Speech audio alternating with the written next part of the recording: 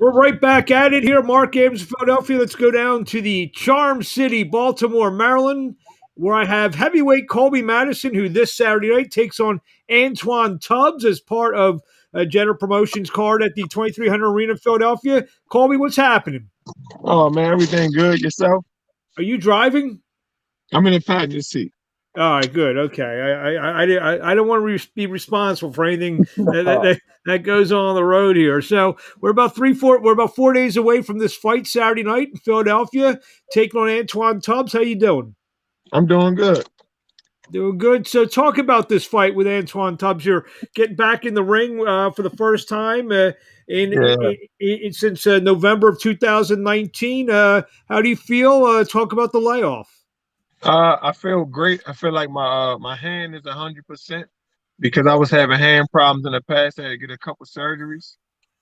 I definitely feel like I'm in the best shape I ever been in. So I feel great. So talk about Antoine Tubbs. Recently I'd say your past, maybe 4 or 5 fights, you've really stepped up the competition. You've won a couple, you've dropped a couple. Now, Yeah. after losing two in a row, you're getting back in there with a guy whose record is 5-14. But he's capable. He's actually defeated some undefeated guys in the past. What do you know about Tubbs? I mean, I don't know much about him. I just know I gotta go out there and do business on Saturday.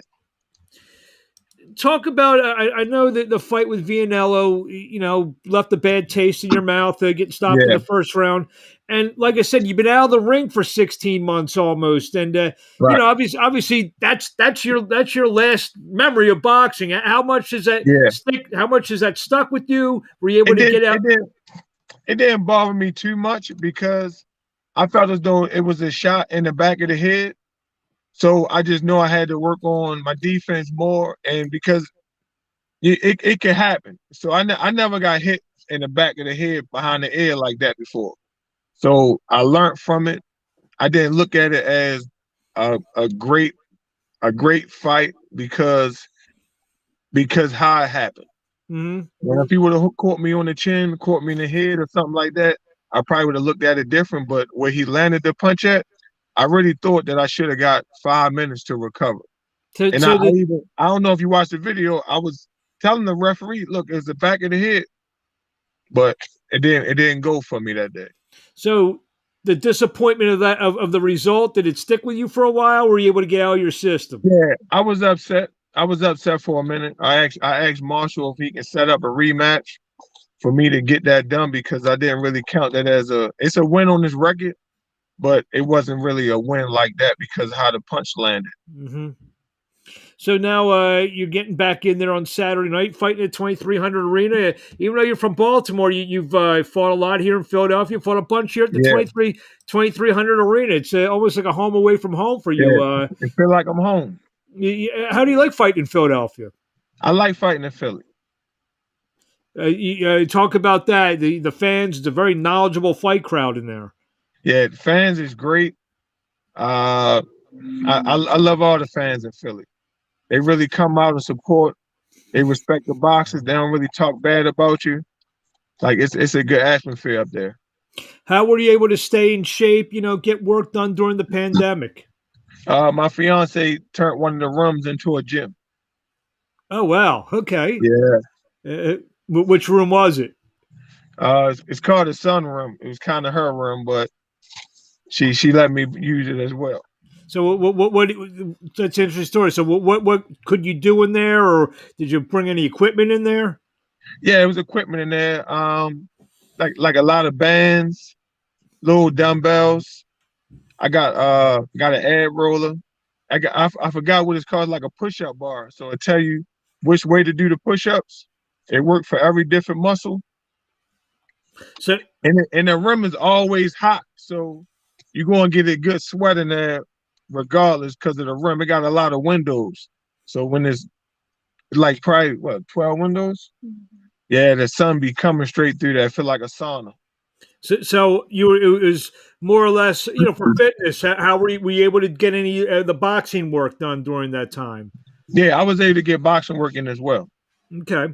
Where you just went to a gym or? Yeah, I went to the gym. Do check your temperature. Do a couple rounds and before to everything start opening back up. So this, I guess, this might be like, obviously with the time off. You were fighting somewhat consistently before. You consider this maybe the start of the second half of your career, the second part of your career now. Yes. Did you have to like do a total reset of everything, and you Yeah. basically. Total reset. I think it's going to be extra, definitely consistent, and especially with Marshall let me fight with Jeter, so that's going to be pretty great.